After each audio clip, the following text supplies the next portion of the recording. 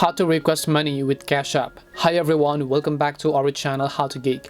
In today's video, I'll simply guide you on how you can actually request money on Cash App, so make sure to watch the video till the end. Well, in order to actually request money on Cash App, all you have to do is just go ahead and make sure to download the Cash App on your phone. Then open it up, then log into your account.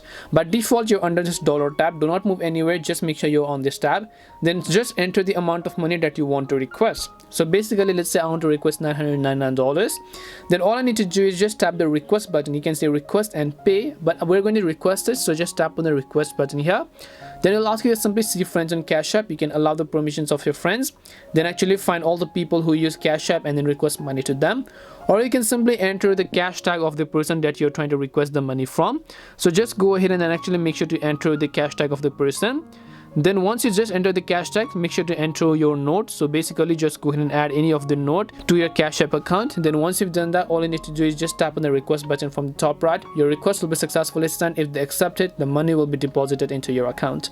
This is simply how you can request money on Cash App. We hope the video was really helpful, and if it did help you, make sure to leave a like and subscribe to the channel.